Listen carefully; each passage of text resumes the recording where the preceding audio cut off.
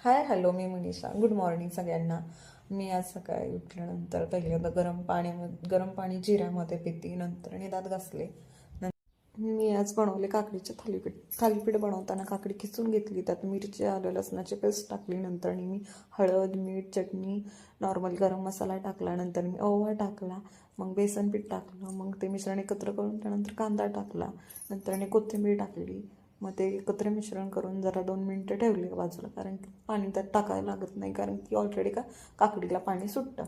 त्यानंतर मी 2 मिनटं ते बाजूला ठेवून नंतर मी पॅनवर ते त्यानंतर मी काकडीचे थालीपीठ पॅनवर टाकले. त्यानंतर थोडंसं तेल टाकल्यानंतर ते जरा झाकून ठेवलं वाफेवर 1 मिनटं. नंतर आपली झाली असे थालीपीठ.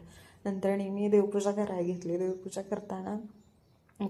करताना सगळ्यांनाच आवडतं, ते केलीच पाहिजे माझ्या मते. पूजा करून झाल्यानंतर मी स्वयंपाकाची तयारी केली, त्यानंतर भाकरी बनवली. असा झाला आपला मिनी ब्लॉग.